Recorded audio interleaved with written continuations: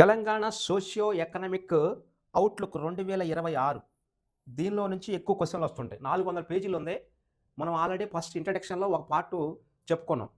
Macro economic trades Telangana GSDP gross state domestic product. GSDP అంటే gross state domestic product 2025, 26 అంచనాల ప్రకారము ప్రస్తుత ధరల్లో 17.82 లక్షల కోట్లు 17.82 లక్షల కోట్ల రూపాయలని భారతదేశంలో తెలంగాణ రాష్ట్రం సాధించింది. అయితే గతం కంటే 2024, 25 సంవత్సరం కంటే ఈ యొక్క 17.82 లక్షల కోట్లనేవి వృద్ధి ఎంత 10.7% వృద్ధి చెందింది. గతం కంటే ఒక 10.7% వృద్ధి చెందడం వల్ల ఆ అమౌంట్ వచ్చింది. మనకు ఒకటే క్వెషన్, తెలంగాణ 2025, 26 సంవత్సరంలో జీఎస్‌డిపి ఎంత గెయిన్ చేసింది ప్రస్తుత ధరల్లో? 17.82 లక్షల కోట్లని. ఆ 17.82 లక్షల కోట్లనేవి గత సంవత్సరం కంటే ఎంత శాతం వృద్ధి చెందితే వచ్చింది? 10.7% వృద్ధి చెందటం వల్ల వచ్చింది. అయితే ఇదే సమయంలోనే మన భారతదేశంలో ఉన్న గ్రోత్ రేటు 8% మాత్రమే. ఆ 8% కూడా ఫస్ట్ అడ్వాన్స్ ఎస్టిమేటెడ్ అంటే మొదటిసారిగా సవరించినటువంటి అంచనాల ప్రకారం 8% మాత్రమే నేషనల్ వృద్ధి రేటు అంటే జాతీయ స్థాయిలో వృద్ధి రేటు అనేది 8% ఉంది. కానీ భారతదేశంలోని ministry of statistics and programme implementation వాళ్ళు ఇచ్చిన దాని ప్రకారము ఇటువంటి మన భారతదేశంలో తెలంగాణ రాష్ట్రము ఇలా సాధించడానికి కారణము సర్వీస్ ఓరియంటెడ్ గ్రోత్ రావడం వల్ల, అదేవిధంగా మన తెలంగాణ ప్రాంతంలో ఇన్ఫర్మేషన్ టెక్నాలజీ ఐటీ రంగము, ట్రేడ్ వాణిజ్యము, రవాణా ట్రాన్స్పోర్టు, కమ్యూనికేషను అనే విభాగంలో నుంచి అంటే యాక్చువల్‌గా IT sector, trade, transport, communication విభాగం మంచిగా గ్రోత్ చెందటం వల్ల ఇది సర్వీస్ సెక్టార్ అనేది బాగా ఊతమిచ్చింది దీనికి. State per capita income PCI తలసరి ఆదాయము తెలంగాణ రాష్ట్రంలోని తలసరి ఆదాయము ఒక మనిషికి ఒక తలకాయకి ఒక సంవత్సరంలో వచ్చే ఆదాయము 2025, 26 సంవత్సరానికి ఒక్క మనిషి సంపాదించినటువంటి ఆదాయము 4.18 లక్షల రూపాయలు. 12 నెలల్లో అంత వచ్చినాయి అంట. అయితే దాని పూర్తి స్థాయిలోని ఒక 4,18,931 రూపాయలనే ఈ ఒక్కొక్క మనిషి తెలంగాణలోని సంపాదించారు. దానినే పర్ క్యాపిటా ఇన్కమ్ తలసరి ఆదాయం అంటారు. తలసరి ఆదాయం తెలంగాణ ప్రాంతంలో ఒక సంవత్సరంలో అది. అయితే ఇదే 4,18,000 రూపాయలు తెలంగాణ ప్రాంతంలో ఉంటే దేశంలోని ఇది సగానికి సగం ఉంది. భారతదేశంలో కేవలము 2.19 లక్షల రూపాయలు మాత్రమే ఒక మనిషికి ఆ తలసరి ఆదాయం ఉంది. అదే ఈ తలసరి ఆదాయం గ్రోత్ రేట్ అనేది వాళ్ళతో పోల్చుకుంటే మన తెలంగాణ ప్రాంతంలో 10.2% ఉంటుంది గ్రోత్ రేట్. తెలంగాణ యొక్క గ్రోత్ రేటు 10.2%. అయితే ఇది మిగతా రాష్ట్రాలతో పోల్చినప్పుడు తెలంగాణ యొక్క తలసరి ఆదాయము భారతదేశంలోని 4.8 లక్షల రూపాయలుంటే భారతదేశంలో ఉన్నటువంటి తలసరి ఆదాయం 2,19,000 అయితే తెలంగాణలోని 4,18,000 ఉంది. అలా సకానికి సగము తీసుకొస్తుంది. అయితే దేశంలోని గ్రోత్ రేట్ అనేది 8% ఉంటే ఆ తెలంగాణ ప్రాంతంలో 10.2% గ్రోత్ రేట్ ఉంది. ఇది ఈ గ్రోత్ రేట్ 10% ఉండటం వల్ల ఇలా ఇన్కమ్ అనేది సెటప్ అయింది. తలసరి ఆదాయం అనేది సెటప్ అయింది. ఇన్కమ్ అనేది వచ్చింది అనేది దాని అర్థం. తర్వాత ప్రైమరీ సెక్టార్ అయినటువంటి సెక్టార్లో గ్రాస్ స్టేట్ వాల్యూ యాడెడ్ జీఎస్‌విఏ ఈ పదాలు మీకు అర్థం కాకపోయినా 2, 3 సార్లు వింటే వచ్చేస్తాయి. ప్రైమరీ సెక్టార్ ప్రాథమిక రంగంలో గ్రాస్ స్టేట్ వాల్యూ యాడెడ్ జీఎస్‌విఏ ఇది తెలంగాణ 2,49,691 కోట్ల రూపాయలని 2025, 26లోనే తీసుకొచ్చింది. అయితే ఇక్కడ అగ్రికల్చర్ సెక్టార్ అనేది ప్రాథమిక రంగం అనేది అంటే గ్రోత్ రేటు 1.4% నుంచి ఇది దాదాపుగా 1.4% గ్రోత్ రేటుతో మన తెలంగాణ ప్రాంతంలో ప్రాథమిక రంగం నుంచి వ్యవసాయ రంగం నుంచి 15.1% అనేది జీఎస్‌విఏ అది గ్రాస్ స్టేట్ వాల్యూ యాడెడ్ ఆ 15.1% అగ్రికల్చర్ నుంచి తీసుకొచ్చారు. అగ్రికల్చర్ నుంచి 15.1% జీఎస్‌విఏని సాధించింది తెలంగాణ.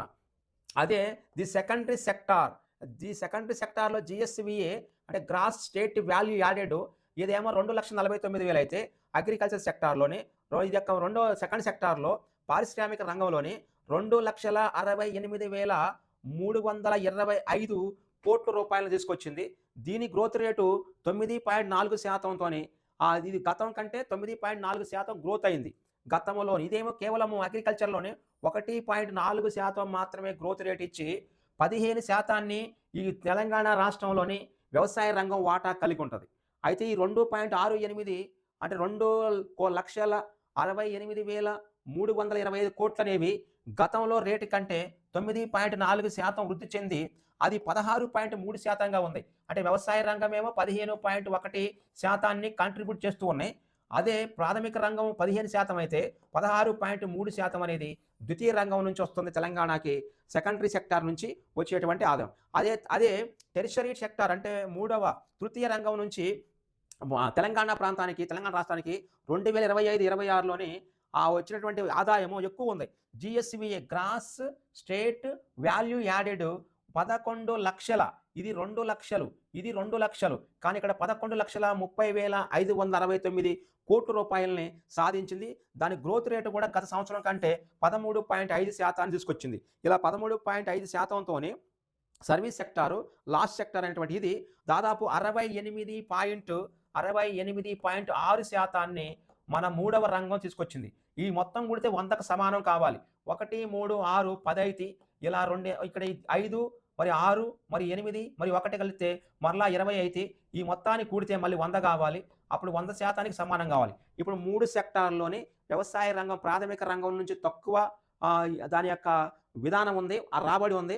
మరియు ద్వితీయ రంగం నుంచి కొంచెం ఎక్కువ ఉంది.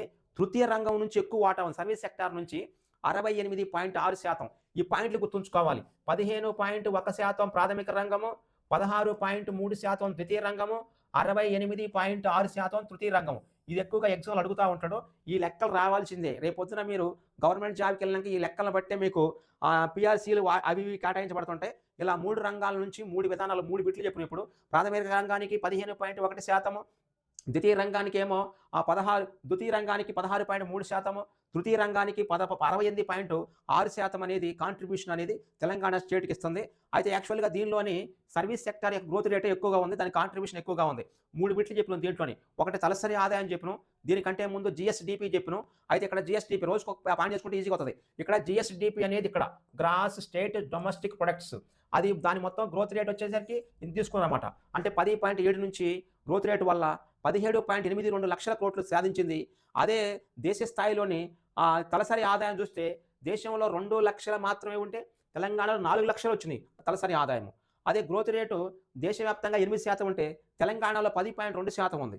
అదే SG, ST, SV sector gross state value added GSVA దానిలోని తెలంగాణ ప్రాంతంలో వ్యవసాయ రంగం నుంచి ఎక్కువగా కేటాయించబడింది ప్రాథమిక రంగం నుంచి. దాని తర్వాత ద్వితీయ రంగము, దాని తర్వాత తృతీయ రంగము. అట 15.1, 16.3, 68.6% అనేది ఈ నోట్లోకి రావాలి. 11 లక్షలేమో తృతీయ రంగం నుంచి, దాదాపుగా 2,68,000 ఏమో ద్వితీయ రంగం నుంచి, దాదాపుగా 2,49,000 ప్రాథమిక రంగం నుంచి మన రాష్ట్రానికి ఆదాయం సమకూరుస్తూ ఉంది. ఈ 3 వాల్యూలు గుర్తుంచుకోవాలి. దాంతోపాటుగా క్వార్టర్లీ బులెటిన్ అక్టోబర్ డిసెంబర్ 2025 మధ్య పీరియాడికల్ లేబర్ ఫోర్స్ సర్వే ప్రకారం ఇక్కడ periodical labour force survey PLFS ప్రకారము ఎంప్లాయ్మెంట్ అట్ ది కాంబినేట్ లెవెల్ అంటే రూరల్ నుంచి మరి అర్బన్ నుంచి రెండిట్లో నుంచి తెలంగాణ 41.5% అగ్రికల్చర్ సెక్టార్లోని శ్రామికులు కలిగి ఉంది. దేని ప్రకారము అంటే ఒక అక్టోబర్, నవంబర్, డిసెంబర్ మధ్య తీసుకున్న లెక్కల ప్రకారము గత సంవత్సరంలోని పీరియాడికల్ లేబర్ ఫోర్స్ సర్వే ప్రకారము రూరల్ అర్బన్లో కలిపి ఈ తెలంగాణలోని అగ్రికల్చర్ సెక్టార్లో 41.5% మంది పని కల్పిస్తుంది సెక్టారు. కానీ దాని నుంచి వచ్చేటువంటి ఆదాయం 15.1% మాత్రమే. 15.1% ఆదాయం వచ్చే అగ్రికల్చర్ సెక్టార్ నుంచి కేవలము ఆదాయం తక్కువ ఉంది కానీ జనాభా ఎక్కువ ఆధారపడే దాని మీద నుంచి. అందుకనే మనకి ఒక్క పనికి వెళ్ళినప్పుడు నలుగురు సరిపోతుంది అనుకుంటే 6గురు వెళ్తూ ఉంటారు, ఇతరు ఎగస్ట్రా ఉంటారు. అటువంటిది ఇదన్నమాట. 15% ఆదాయం వస్తే 15 మంది వెళ్ళాలి, కానీ అక్కడ 41% వెళ్ళారు. తర్వాత సెకండరీ సెక్టార్ నుంచి, అది ఇండస్ట్రియల్ సెక్టార్ నుంచి 22.2% దీనిది శ్రామికుల్ని కలిగిస్తే 16.3% దీనిలో నుంచి ఆదాయం వస్తుంది. అంటే సెకండరీ సెక్టార్ నుంచి 22.2% మాత్రమే మనకు ఆదాయం వస్తా ఉంది. అంటే మన 16.3% మాత్రమే ఆదాయం వస్తా ఉంది. కానీ 22% మంది లేబర్‌ని అది భరాస్తుంది. అదేవిధంగా సర్వీస్ సెక్టార్ అనేది 36.3% లేబర్ ఫోర్స్‌ని కలిగి దాదాపు ఇది 68.6% ఆదాయాన్నిస్తుంది.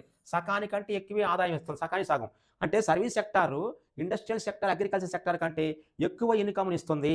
లేబర్‌ను కూడా తక్కువ తీసుకుంటుంది. దీని 36.3% లేబర్‌ని కలిగినటువంటి సర్వీస్ సెక్టారు 68.6% ఇన్‌కమ్‌ని తెలంగాణ రాష్ట్రానికి ఇస్తుంది. 16.3% ఇన్‌కమ్ ఇచ్చేటువంటి ఇండస్ట్రియల్ సెక్టారు 22% మంది శ్రామికుల్ని పని కల్పిస్తుంది. 15% ఇన్‌కమ్ ఇచ్చేటువంటి ప్రాథమిక రంగము 41.5% మందికి ఇది పని కల్పిస్తుంది. ఈ 3 లెక్కలు రావాల్సిందే. అంటే 41.5% అనేది ప్రాథమిక రంగము, 22.2% అనేది ద్వితీయ రంగము, 36.3% అనేది తృతీయ రంగం. ఈ 3 రావాల్సిందే లేబర్ ఫోర్స్ విషయంలో. అంటే మన భారతదేశంలోని ఒక రకంగా ఉంటే లెక్కలు, తెలంగాణలో ఒక రకంగా ఉంటాయి. తెలంగాణలోని ప్రాథమిక రంగం నుంచి ఇన్‌కమ్ తక్కువొస్తది. కానీ ప్రాథమిక రంగంలోని ఆధారపడే కూలీల సంఖ్య ఎక్కువ. ఈడ కూలీల సంఖ్య 41% మంది ఉన్నారు. వాళ్ళు చేసే పని వల్ల వచ్చే ఆదాయం 15% మాత్రమే. సర్వీస్ సెక్టార్, లాస్ట్ సెక్టార్ తృతీయ రంగంలోని 36% మంది ఆధారపడుతున్నారు. కానీ వాళ్ళ వల్ల వచ్చే ఆదాయం 68% ఉంది. ఇది మనకు కావాలి. ఇది పీరియాడికల్ లేబర్ ఫోర్స్ ద్వారాగా వచ్చినటువంటి రూల్స్ అనమాట. అయితే ఇప్పుడు మనకి ఆల్రెడీ ఇప్పుడు జీఎస్ ఫస్ట్‌లో చెప్పుకున్నాం. గ్రాస్ స్టేట్ డొమెస్టిక్ ప్రొడక్ట్ అది జీఎస్‌డిపి చెప్పినాం. తర్వాత పీసీఐ పర్ క్యాపిటల్ ఇన్‌కమ్ చెప్పినాం రెండవది. జీఎస్‌విఏ చెప్పినాం మూడవది. దాని తర్వాత లేబర్ ఫోర్స్ పీఎల్ఎఫ్ఎస్ చెప్పినాం. మొత్తం 4 చెప్పినాం. ఈ 4 ఇంపార్టెంట్‌గా ఉంటాయి. ఒకదానికొకటి మర్చిపోకుండా తలసరి ఆదాయం ఏంటి, జీఎస్‌డిపి ఏంటి, మరియు తర్వాత దీని ప్రకారం జీఎస్‌విఏ అంటే ఏమిటి, తర్వాత ఉన్న పీఎల్ఎఫ్ఎస్ అంటే ఏమిటి, ఇవి ఒక్కొక్క పారా ఉంటాయి. ఈ పారాల నుంచే క్వశ్చన్లు వస్తూ ఉంటాయి ఎగ్జామ్‌లోని. తర్వాత పబ్లిక్ ఫైనాన్స్ ఇక్కడ తెలంగాణ అనేది పబ్లిక్ ఫినాన్స్‌లో reflect ongoing process uh physical consolidation అంటే యాక్చువల్‌గా మనము తెలంగాణ ప్రాంతం అనేది ఈ ఫిజికల్ పాలసీలో ఏ విధంగా అప్పులు తెస్తుంది, అప్పులు ఇస్తుంది, అప్పులు కట్టడానికి ఏ విధంగా బడ్జెట్‌ని ఫాలో అప్ చేస్తుంది అనేది తీసుకుంటే అక్కడ యాక్చువల్‌గా సోషల్లీ ఎకనామికల్లీ డెవలప్‌మెంట్ కోసం తెలంగాణ బడ్జెట్ ఎస్టిమేట్స్ 2025-26 దాదాపుగా ఎక్స్‌పెండిచర్స్ అనేది 2025-26లోనే 3,04,865 కోట్ల బడ్జెట్‌ని అప్పుడు ఎస్టిమేషన్ చేస్తే టోటల్‌గా దాని ద్వారాగా రెవెన్యూ వచ్చేటువంటి ఆదాయం అప్పట్లోనేటువంటి బడ్జెట్ ఇది. అప్పట్లో వచ్చినటువంటి ఆదాయము దాదాపుగా రెవెన్యూ వ్యయం. ఆ రెవెన్యూ మీద చేసేటువంటి ఖర్చు దీనిలో 3 లక్షల కోట్లల్లా అంటే తెలంగాణ యొక్క బడ్జెట్ 2025-26లోనే 3 లక్షల కోట్లు. అయితే అది రెవెన్యూ వ్యయము 2.26 లక్షల కోట్లు. దీనిలోని మూలధన వ్యయము క్యాపిటల్ ఎక్స్‌పెండిచరు 36,504 కోట్లు. అయితే ఎప్పుడూ కూడా మూలధనం యొక్క వ్యయము రెవెన్యూ వ్యయం కంటే తక్కువనే ఉంటది. మొత్తం బడ్జెట్ 3 లక్షల కోట్లు. దానిలో రెవెన్యూ వ్యయమేమో 2.26 లక్షల కోట్లు. అదే మూలధన వ్యయము 36,000 కోట్లు. అయితే ఇక్కడ రెవెన్యూ వ్యయం అనేది అది డెవలప్‌మెంట్ ఎక్స్‌పెండిచర్ అక్రాస్ అంటే 78%. దాంతో పాటుగా భారతదేశంలోని ఈ తెలంగాణ రాష్ట్రము సోషల్లీ ఎకనామికల్లీ సెక్టార్‌ని బేస్ చేసుకొని దానికి ఎక్కువ ప్రాధాన్యత ఇస్తూ సోషల్‌గా అంటే సామాజిక, ఆర్థిక రంగాలని ఎక్కువగా ఫోకస్ చేసుకుంటూ ముందుకెళ్తుందని చెప్తున్నారు. అలా 3 లక్షల కోట్ల బడ్జెట్ 2025-26 పాత బడ్జెట్ ఇది. ఇప్పుడు బడ్జెట్ కాదు. ఇప్పుడు బడ్జెట్ అంచనాలు లెక్కలు మాత్రమే ఉంటాయి. అంటే జరగబోయేది ఊహ. బడ్జెట్ అంటే ఊహ. At the same time, fiscal management is influenced by the requirements of debt అయితే సర్వీసింగ్ అయితే యాక్చువల్‌గా 2023 డిసెంబర్ నుంచి 2025 డిసెంబర్ మధ్య ఏ విధంగా వీళ్ళు అప్పులు తెచ్చారు, అప్పులు కట్టారు, ఎంత కడుతున్నారు వడ్డీ, నెల ఎంత కడుతున్నారు అనేది దీన్ని తీసుకుంటే యాక్చువల్‌గా స్టేట్ గవర్నమెంట్ యాక్చువల్‌గా వీళ్ళు తీసుకొచ్చిన విధంగా గతంలో 2014 సంవత్సరం నుంచి 2023 డిసెంబర్ వరకు ఉన్నటువంటి రాష్ట్ర ప్రభుత్వము అప్పట్లోనే బాగా అప్పులు చేసింది. ఆ అప్పులు కట్టడానికి మాకు సరిపోయింది అంటున్నారు వీళ్ళు. ఇదైతే తక్కువగానే ఎగ్జామినేషన్‌లోని ఈ లెసన్ మాత్రం ఈ రావడానికి ఆస్కారం ఉంటది. ఈ లెసన్ మాత్రం. అయితే 2025-26లోనే అంత బడ్జెట్ ఉంటే దానిలో రెవెన్యూ వ్యయము, దానిలోని మూలధన వ్యయము అది గుర్తుంచుకోవాలి. ఎక్కువగా రెవెన్యూ వ్యయం మీదనే కాన్సంట్రేషన్ చేస్తుంటది ఈ ప్రభుత్వాలని స్టేట్ గవర్నమెంట్‌లు ఎక్కువగా. ఇది యాక్చువల్గా అప్పులు అవి మొత్తం దానిలో ఉన్నాయి. ఇలా భారతదేశంలోని ట్యాక్స్ యొక్క షేర్ ఎంత ఉంది, ఏ రంగం నుంచి ఎంత వస్తుంది అనేది ఈ పాలసీలో ఉంది. అయితే ఈ రోజు లెసన్లోని మనం చెప్పుకుంది ఏంటంటే, ఒకటేమో జిఎస్డిపి అనేది ఒకటి చెప్పుకున్నాం. GSDP gross state domestic product ఒకటి. దాని తర్వాత పర్ క్యాపిటా ఇన్కమ్ అంటే తలసరి ఆదాయము. దాని తర్వాత నెక్స్ట్ ఇది తర్వాత జిఎస్ దాని తర్వాత GSVA gross state value added. దాని తర్వాత PLFS periodic labour force survey. దీని తర్వాత పబ్లిక్ ఫినాన్స్. ఇవి దానికంటే ముందు జిఎస్డిపి అనేది దేశం కంటే మన రాష్ట్రంలోనే గ్రోత్ ఎక్కువగా ఉంటుంది. పర్ క్యాపిటా ఇన్కమ్లో మన తెలంగాణ ఎక్కువ ఉంటుంది. జిఎస్విఏలోని ఏ రంగం నుంచి ఎంత వచ్చింది అనేది తీసుకోవాలి. పీరియాడిక్ లేబర్ ఫోర్స్లోని ఏ రంగంలోనికి ఎంతమంది శ్రామికులు పని కల్పిస్తున్నారు అనేది ఉండాలి. ఇట్లా మొత్తం 4 టాపిక్లు ఉన్నాయి. ఈ 4 టాపిక్లని రోజు మనం కొద్దిగా ప్రాక్టీస్ చేసుకుంటే ఆటోమేటిక్గా ఎగ్జామ్లో క్వశ్చన్ రావడానికి ఆస్కారం ఉంటుంది. జిఎస్డిపి అనేది దేశానికి అంటే దేశంలోనే జీడిపి ఉంటుంది. ఇక్కడేమో గ్రాస్ స్టేట్ డొమెస్టిక్ ప్రోడక్ట్ ఉంటుంది. ఇక్కడ మనకు వచ్చేసరికి 2025, 26 లెక్కలే ఉంటాయి పాతవి. తర్వాత పర్ క్యాపిటల్ ఇన్కమ్ కూడా పాతదే. తర్వాత జిఎస్విఏ కూడా పాతే. జిఎస్విఏ మీద చాలాసార్లు క్వశ్చన్ అడిగిండు. దాని తర్వాత పీరియాడిక్ లేబర్ ఫోర్స్ మీద ఎక్కువ అడుగుతాడు. ఏ రంగం నుంచి ఎంతమందికి ఇది ఫోర్స్ చేస్తూ ఉందనేది. తర్వాత